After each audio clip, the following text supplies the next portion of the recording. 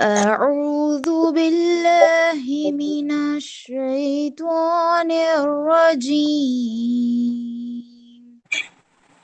بسم الله الرحمن الرحيم إنا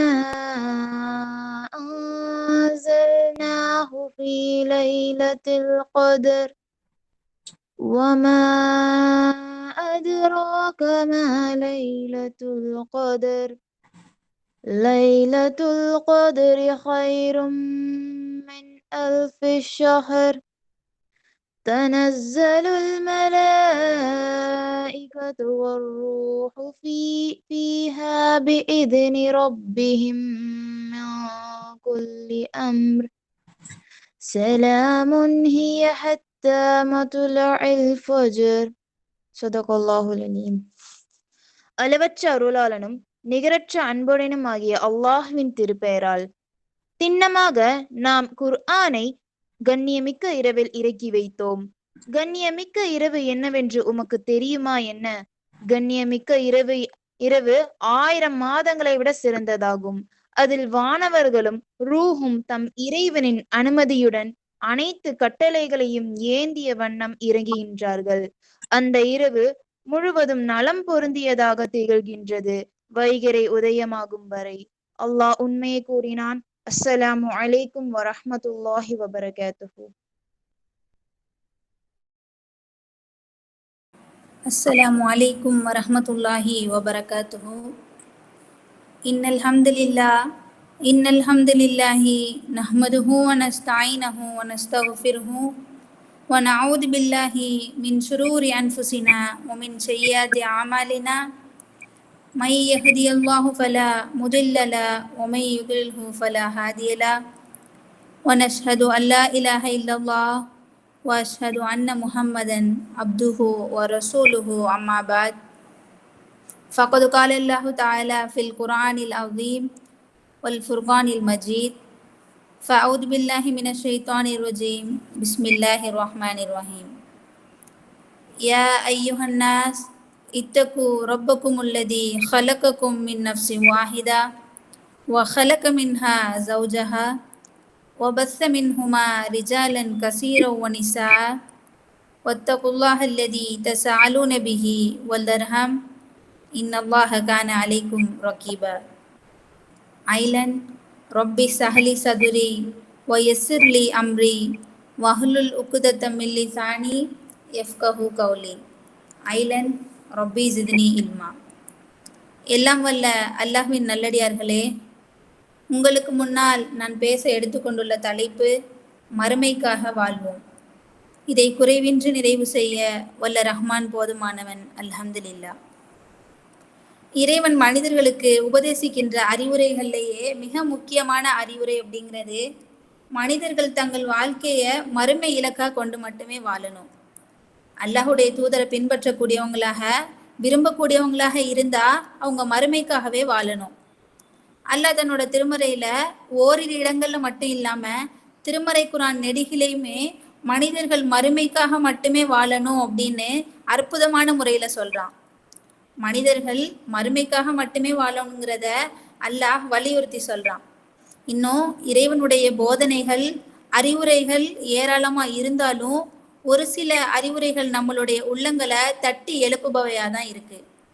இன்னும் அல்லாஹ் இதை பற்றி சொல்லும்போது, பெண்கள் ஆண் மக்கள் திரட்டப்பட்ட தங்கம் வெள்ளி குவியல்கள் அழகிய குதிரைகள் கால்நடைகள் விளைநிலங்கள் ஆகிய மனம் கவருபவற்றை நேசிப்பதுதான் மனிதர்களுக்கு கவர்ச்சியாக்கப்பட்டுள்ளது. இது எல்லாமே இவ்வுலக வாழ்க்கையுடைய வசதிகள் தான். ஆனா அல்லாஹ் கிட்ட அழகிய புகலிடம் இருக்கு. அல்லாஹ் சொல்றான், இந்த உலகத்துல இருக்க எல்லாமே நேசிக்கக்கூடிய எல்லாமே கவர்ச்சி தான். இந்த உலக வாழ்க்கையோட வசதிகள் எல்லாமே கவர்ச்சியாக்கப்பட்டிருக்கு. ஆனா அல்லாஹ் கிட்ட அழகிய புகலிடம் இருக்குன்னு அல்லாஹ் சொல்றான். இன்னும் அல்லாஹ் இதை பற்றி தன்னோட திருமறையில சொல்லும்போது 3வது அத்தியாயமான ஆலு இம்ரான் 15வது வசனத்தில் அல்லாஹ் சொல்றான், குல் அவ் நப்பியுக்கும் பி ஹைரிம் மின் ஸாலிக்கும் லில்லதீன தகு இந்த ரப்பிஹிம் ஜன்னாத்து தஜ்ரி மின் தஹ்திஹல் அன்ஹாரு ஹாலிதீன ஃபீஹா وأزواج مطهرة ورلوان من الله والله بصير بالعباد. இதைவிட சிறந்ததை நான் உங்களுக்கு அறிவிக்கட்டுமா என்று கேட்பீராக. இறைவனை அஞ்சுவோருக்கு தம் இறைவன் கிட்ட சொர்க்க சோலைகள் இருக்கு. அவற்றின் கீழ் பகுதிகளில் ஆறுகள் ஓடும். அதில் அவங்க நிரந்தரமா இருப்பாங்க. தூய்மையான துணைகளும் அல்லாஹுடைய திருப்தியுமே இருக்கு. அல்லாஹ் அடியார்களை பார்க்கக்கூடியவனா இருக்கான்.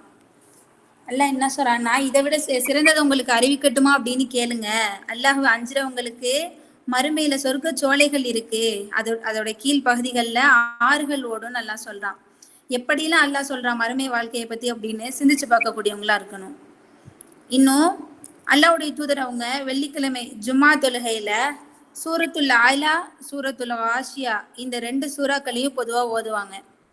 இதற்கு பல காரணங்கள் இருக்கு. அந்த பல காரணங்கள்ல ஒரு காரணம் என்ன அப்படின்னா, இந்த 2 சூறாக்களுமே சிறியதா இருந்தாலும் இந்த 2 சூறாக்களும் ஒவ்வொரு முஃமினுக்கும் மறுமையை நினைவூட்டக்கூடியதா இருக்கு. சொர்க்கத்தை பத்தி அவனுக்கு ஆசையூட்டக்கூடியதாகவும் நரகத்தை பத்தி அவனுக்கு அச்சமூட்டக்கூடியதாகவும் இருக்கு. விசாரணை நாளை பற்றி பயத்தை உள்ளத்துல ஏற்படுத்தக்கூடியதா இருக்கு. சூரத்துல் அலாவுடைய அத்தியாயத்துல அல்லாஹ் ஒரு வசனத்தை சொல்றான். நம்மளை பத்தி நம்மளே சுய பரிசோதனை செஞ்சு கொள்ளக்கூடிய, நாம ஒவ்வொருவருமே நம்ம பற்றி கவனிக்கக்கூடிய ஒரு முக்கியமான வசனம் என்னன்னா, 87வது அத்தியாயமான இல்ல 16, 17வது வசனங்கள் எல்லாம் சொல்றான். பல் துஸிரூனல் ஹயாத்தத் துன்யா, ஆனால் நீங்கள் இவ்வுலக வாழ்க்கையை தேர்வு செய்கிறீர்கள். வல் ஆஹிரத்து கைரும் வ அப்கா, மறுமையே சிறந்ததும் நிலையானதுமாகும். நீங்க இந்த உலக வாழ்க்கையை தான் தேர்வு செய்றீங்க, ஆனா உங்களுக்கு மறுமையே சிறந்ததும் நிலையானதுமாக இருக்கு அப்படின்னு அல்லாஹ் தன்னோட திருமறையில சொல்றான். அல்லாஹ் உன்னை பத்தி அது சிறந்தது மேன்மையானது அப்படின்னு அவன் சொல்றான்னா, அந்த சிறப்பை நம்ம சிந்தனையால கற்பனை கூட செய்ய முடியாது. அல்லாஹ் 2 விஷயத்த சொல்றான். ஒன்று மிகச்சிறந்த மறுமை வாழ்க்கை, 2வது முடிவுறாத நிரந்தரமான வாழ்க்கை. அதை நாம இவ்வுலக வாழ்க்கையோட எந்த விதத்திலையும் ஒப்பிட்டு பார்க்க முடியாது. இவ்வுலக வாழ்க்கையை நம்ம பார்த்தா இவ்வாழ்க்கையில உள்ள ஆடம்பரங்கள், வசதி, வாலிபம், இப்படி இந்த உலகத்துல உள்ளதற்கு மகிழ்ச்சி அளிக்கக்கூடிய எதுவுமே நிரந்தரம் இல்லை. ஆனா மறுமையில அல்லாஹ் அளிக்கக்கூடிய அனைத்து இன்பங்களுமே நிலையானதும் நிரந்தரமானதாகவும் இருக்கு. இந்த நிரந்தரமான மறுமையோட இன்பம் சிறந்ததா, அல்லது ஒரு நிழலை போல முடிந்து விடக்கூடிய இல்லாம போகக்கூடிய இந்த உலக இன்பம் சிறந்த இன்பமா? இந்த உலகத்துல இருக்கக்கூடிய எல்லா இன்பங்களும் நிச்சயமா நீங்கக்கூடியதா தான் இருக்கு. அல்லாஹ்வை தவிர எல்லாமே அழியக்கூடியது தான். அல்லாஹ்வுடைய தூதர் அவங்க இந்த விஷயத்தை உண்மைப்படுத்தக்கூடிய ஒரு வசனத்தை ஓதுவாங்க. அது என்னன்னா, 55வது அத்தியாயமான அர் ரஹ்மான்ல 26, 27வது வசனங்கள். குல்லு மன் அலைஹா ஃபான், அதில் உள்ள அனைவரும் அழிபவர்கள். வயபகா வஜ்ஹு ரப்பிக துல் ஜலாலி வல் இக்ராம், மகத்துவமும் கண்ணியமும் மிக்க உமது இறைவனின் முகமே மிஞ்சும். அல்லாஹ் என்ன சொல்றான்னா, அதுல உள்ள எல்லாருமே அழிகிறவங்க தான். மகத்துவமும் கண்ணியமும் மிக்க உமது இறைவனுடைய முகமே மிஞ்சும்னு சொல்றான். இப்ப நம்மளோட நிலை எடுத்துக்கிட்டோம் அப்படின்னா, ஒரு பக்கம் இபாதத்துக்கு வந்தோம் அப்படின்னா மறுமை நினைவுக்கு வருது. அடுத்து சின்னதா துன்யாவை பத்தி நம்ம இறங்கணும் அப்படின்னா, சதுப்பு நிலத்துல மாட்டிக்கொள்றவங்களை போல கொஞ்சம் தாண்டி இறங்கி அப்புறம் அப்படியே அதுல விழுந்துடுறோம். பிறகு மறுமையை பத்தி மறக்கக்கூடிய அளவுக்கு நம்மளோட நிலைமை ஆகிடுது. அல்லாஹ் பாதுகாக்கணும். அல்லாஹ் அப்படிப்பட்ட மக்களை பார்த்து தான் எச்சரிக்கை செய்யறான். உங்களுக்கு என்ன ஆனது, இந்த உலக வாழ்க்கைக்கு இவ்வளவு முக்கியத்துவம் தர்றீங்களே அப்படின்னு அல்லாஹ் கேட்குறான். சில மக்களை பார்த்தா துன்யாவுடைய வாழ்க்கைக்கு எல்லா காரியத்திற்கும் ஒரு வழிமுறையை வச்சிருப்பாங்க. இன்னும் இந்த உலக வாழ்க்கையில அதிக முக்கியத்துவம் கொடுக்கிறது. இந்த உலகத்துல அதிகமா சம்பாதிக்கணும், ஒரு தரமான ஆடம்பரமான வாழ்க்கையை வாழணும் அப்படிங்கிறதுக்காக மறுமையை விட துன்யாவிற்கு நம்ம அதிக முக்கியத்துவம் தரோம். இன்னைக்கு நமக்கும் சரி நமது பிள்ளைங்களுக்கும் சரி நல்ல வாழ்க்கை, ஒரு நல்ல பொருளாதாரம், வாழும்போது சில நல்ல வசதிகளை அவங்க சிரமம் இல்லாம அனுபவிக்கணும் அப்படிங்கிறதுக்காக இவ்வுலக பொருளாதார கல்விக்கு நம்ம எந்த அளவு நம்ம முக்கியத்துவம் கொடுக்குறோம். அதை கத்துக்கிறதுக்கும் அதுல அவங்க தேர்ச்சி பெறுறதுக்கும் அவங்க எந்த அளவுக்கு சிரமப்படுத்தி அவங்கள நம்ம தயார்படுத்துறோம். அவங்களுக்கு தேவையான பயிற்சிகளையும் கல்வி வகுப்புகள் மாதிரி நம்ம அவங்களுக்கு ஏற்படுத்தி கொடுத்து கொண்டு தான் இருக்கோம். கொஞ்சம் சிந்திச்சு பாருங்க.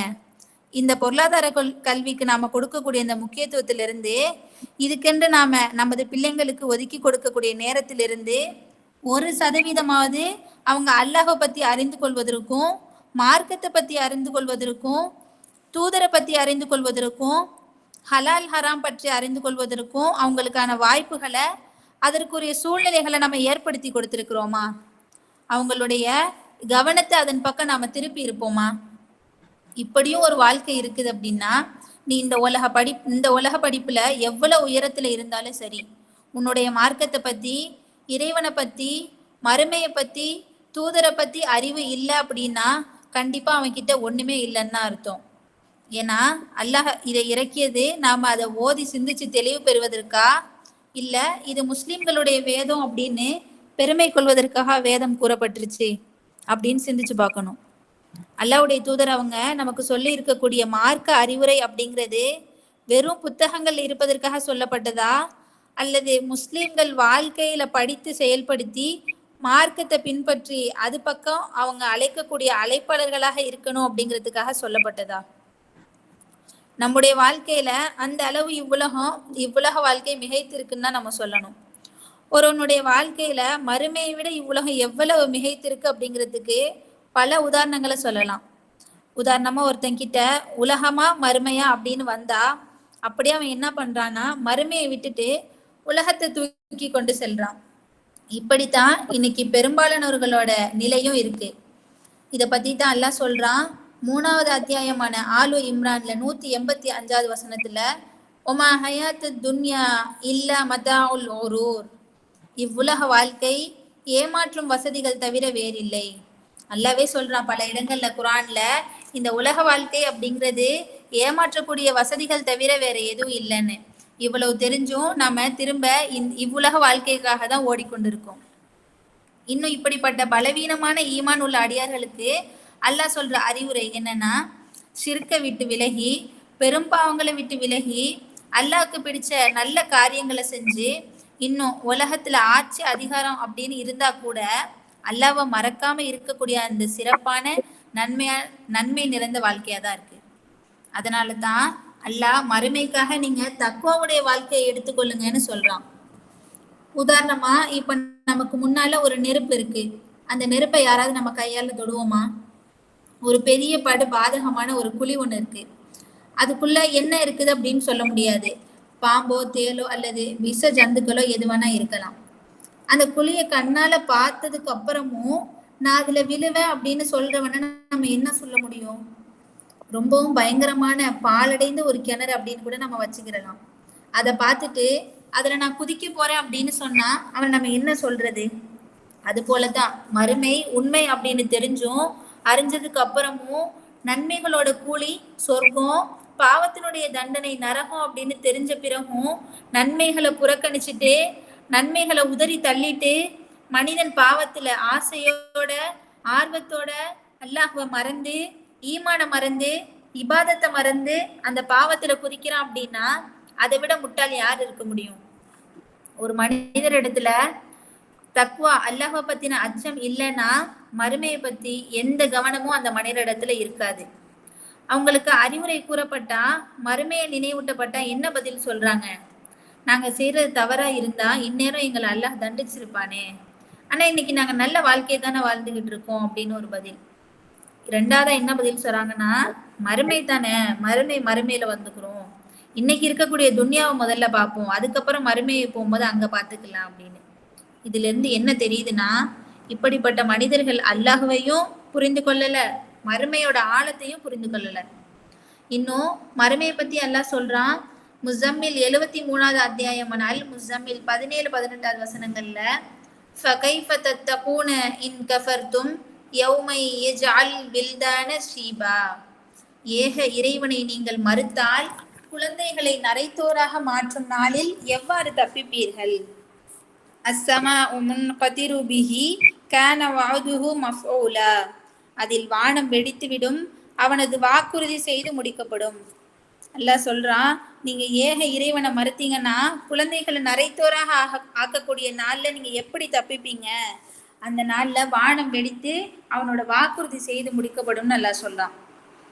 இன்னும் அல்லாஹ் நமக்கு சொல்லக்கூடிய அறிவுரைகள்ல ஒண்ணு, நபி மூசா அலைஹிஸ்ஸலாம் அவங்களுடைய காலத்துல வாழ்ந்த காரூனுக்கு மூசா அலைஹிஸ்ஸலாம் மூலமா அல்லாஹ் கூறிய அறிவுரை.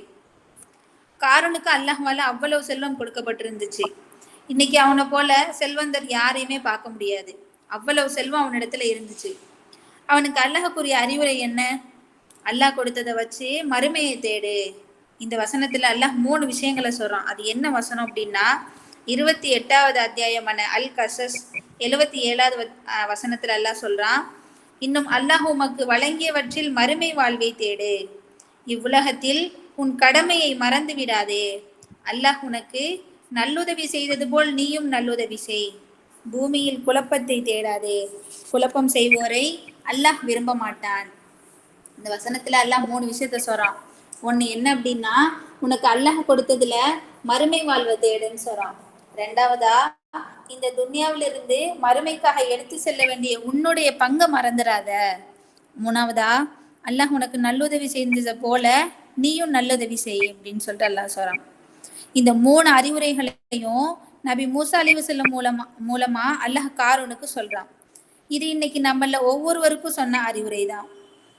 இந்த மாதிரி அல்லாஹ் கூறிய அறிவுரைகளை சிந்திச்சு பார்க்கணும். மனிதன் சிந்தனையில தடுமாறுவதற்கும் அவன் வழிகெடுவதற்கும் பெருமை, ஆணவம், கர்வம் இது எல்லாமே ஒரு முக்கியமான காரணங்கள்ல ஒண்ணா இருக்கு.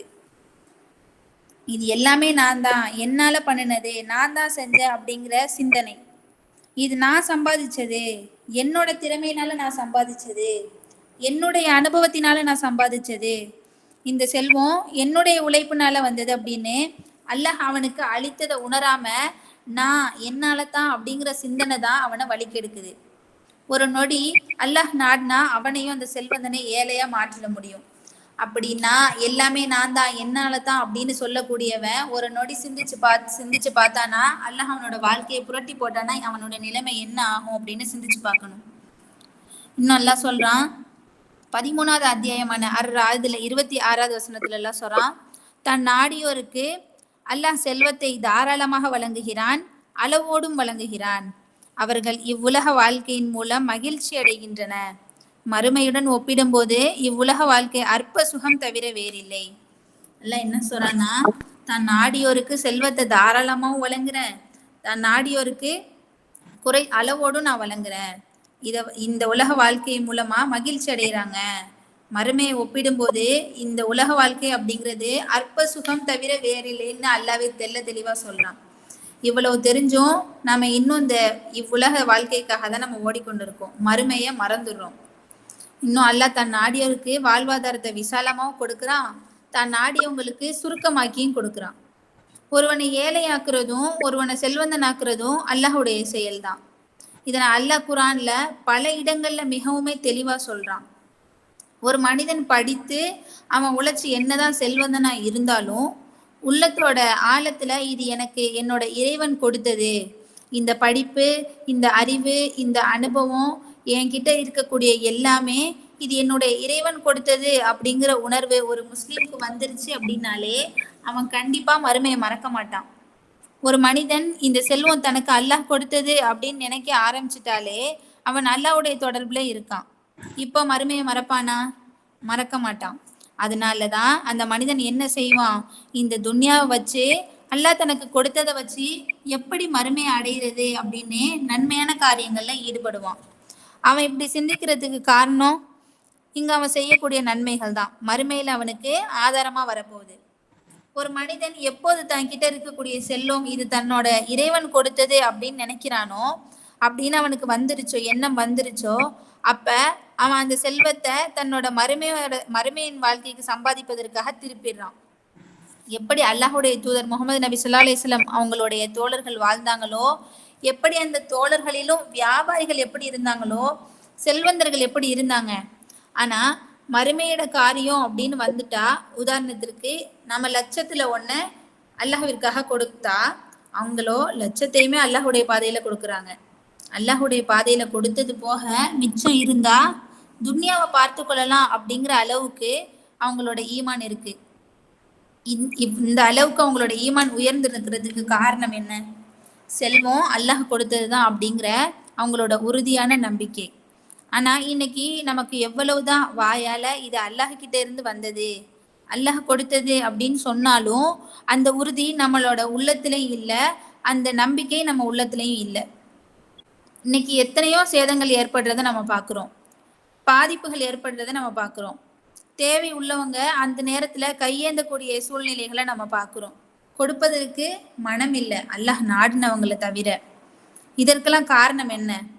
நான் உழைச்சு கஷ்டப்பட்டு தேடிய இந்த செல்வத்தை நான் எப்படி பிறருக்கு கொடுக்கறது அப்படின்னு யோசிக்கிறான்.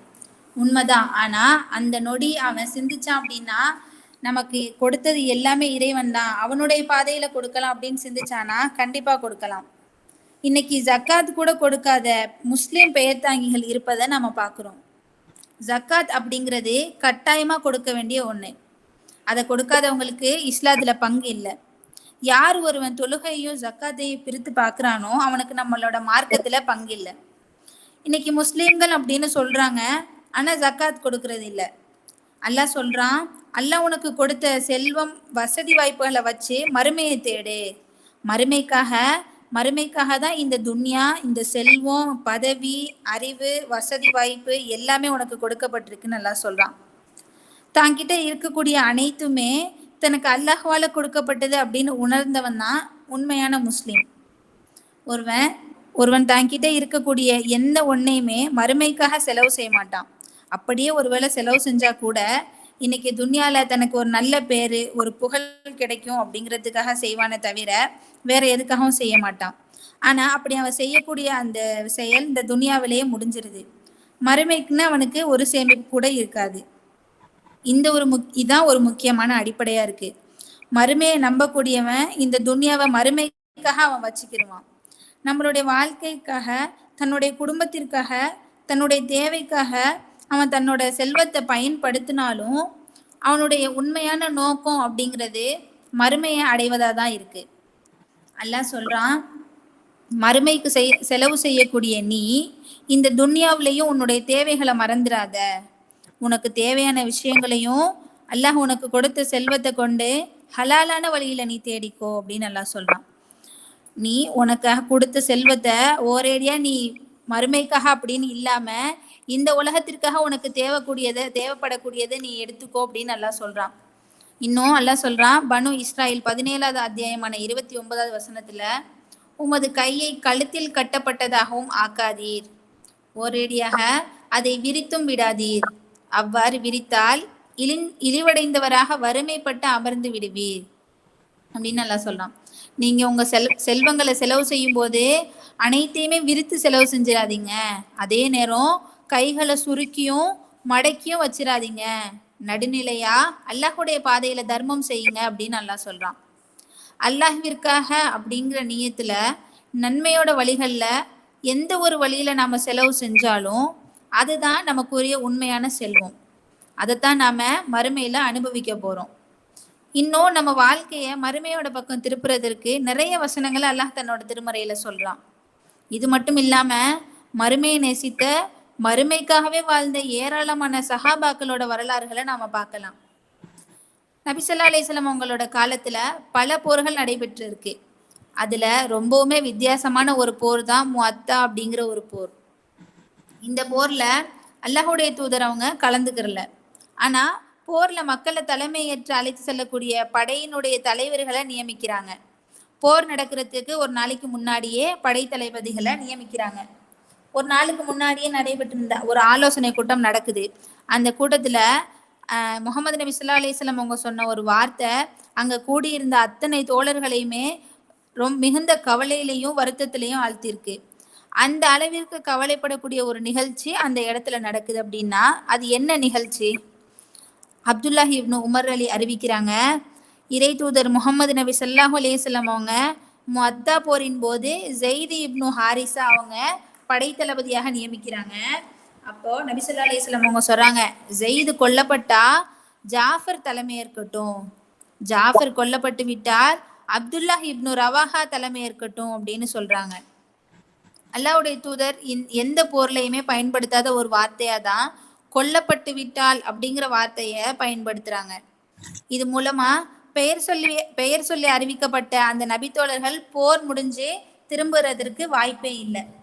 ஆனாலும் நான் மறுமைக்காகவே வாழ்றேன், மறுமை வாழ்க்கையே நேசிக்கிறேன் அப்படிங்கிறத அவங்க இந்த போர்ல மிகவும் தைரியமா நிரூபிச்சு காட்டியிருக்காங்க. இன்னும் அனஸ் இப்னு மாலிக் ரலி அறிவிக்கிறாங்க, முஅத்தா போரின் போது போர்கள் நிகழ்ச்சிகளை மதீனாவுல இருந்தபடியே நேர்முக வர்ணனையா விவரித்து முகமது நபி ஸல்லல்லாஹு அலைஹி வஸல்லம் அவங்க உரை நிகழ்த்துறாங்க. அந்த உரையில இப்போ இஸ்லாமிய சேனையின் கொடியை ஜெயித் இப்னு ஹாரிசா எடுத்தார், அவர் கொல்லப்பட்டு விட்டார். பிறகு அதை ஜாஃபர் இப்னு அபு தாலிப் எடுத்தார், அவரும் கொல்லப்பட்டு விட்டார். பிறகு அப்துல்லா இப்னு ரவாஹா எடுத்தார், இப்போது அவரும் கொல்லப்பட்டு விட்டார்.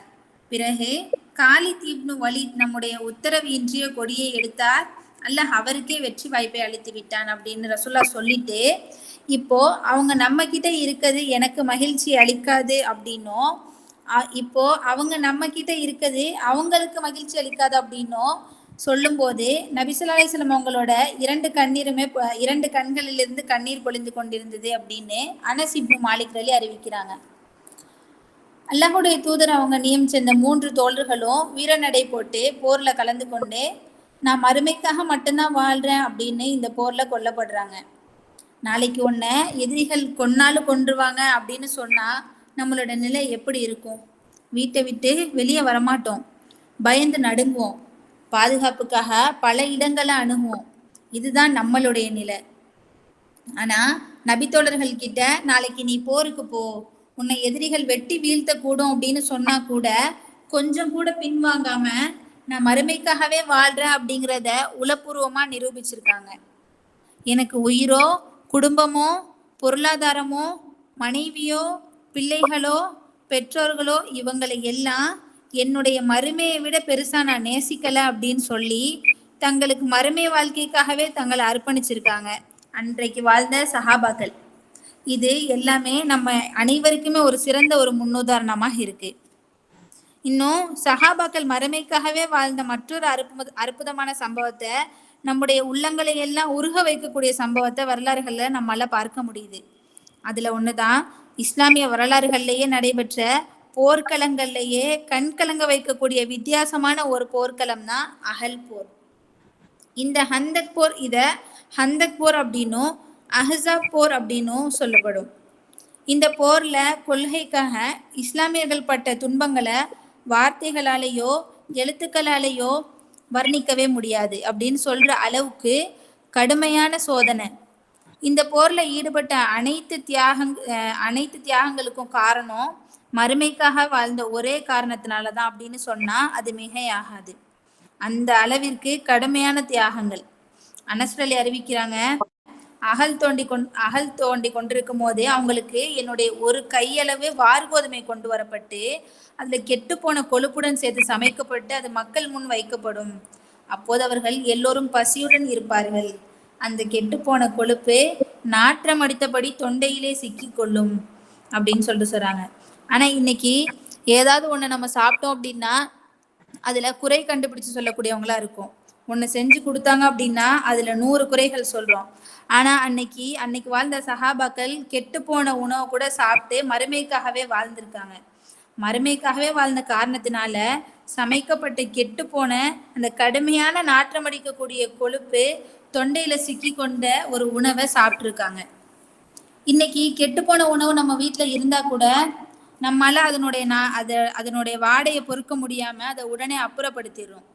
ஆனா கடுமையோட பசியான காரணத்தினால மறுமைக்காக வாழும் போதே இதெல்லாம் பெருசு இல்லை அப்படிங்கிறத இந்த சம்பவம் நமக்கு தெளிவா உணர்த்துது.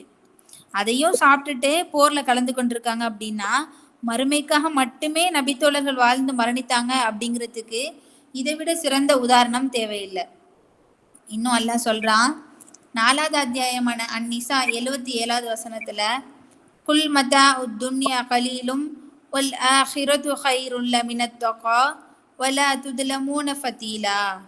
நபியே கூறுவீராக, உலகத்தின் இன்பம் அற்பமானதாகும், அல்லாஹ்வை அஞ்சியவருக்கு மறுமை மிக மேலானதாகும், மறுமையில் நீங்கள் அணு அளவு கூட அநீதி இழைக்கப்பட மாட்டீர்கள். அல்லாஹ் சொல்றான், நபியே நீங்க சொல்லுங்க, உலகத்துடைய இன்பம் அற்பமானதுதான், அல்லாஹ்வை அஞ்சினவங்களுக்கு மறுமையே மிக மேலானது அப்படின்னு சொல்றான். துன்யா அப்படிங்கிறது காலத்தாலும் சரி குறைவானது, அளவாலும் குறைவானது. துன்யாவுடைய வசதிகளை நம்ம எவ்வளவுதான் கட்டி ஆள முடியும்?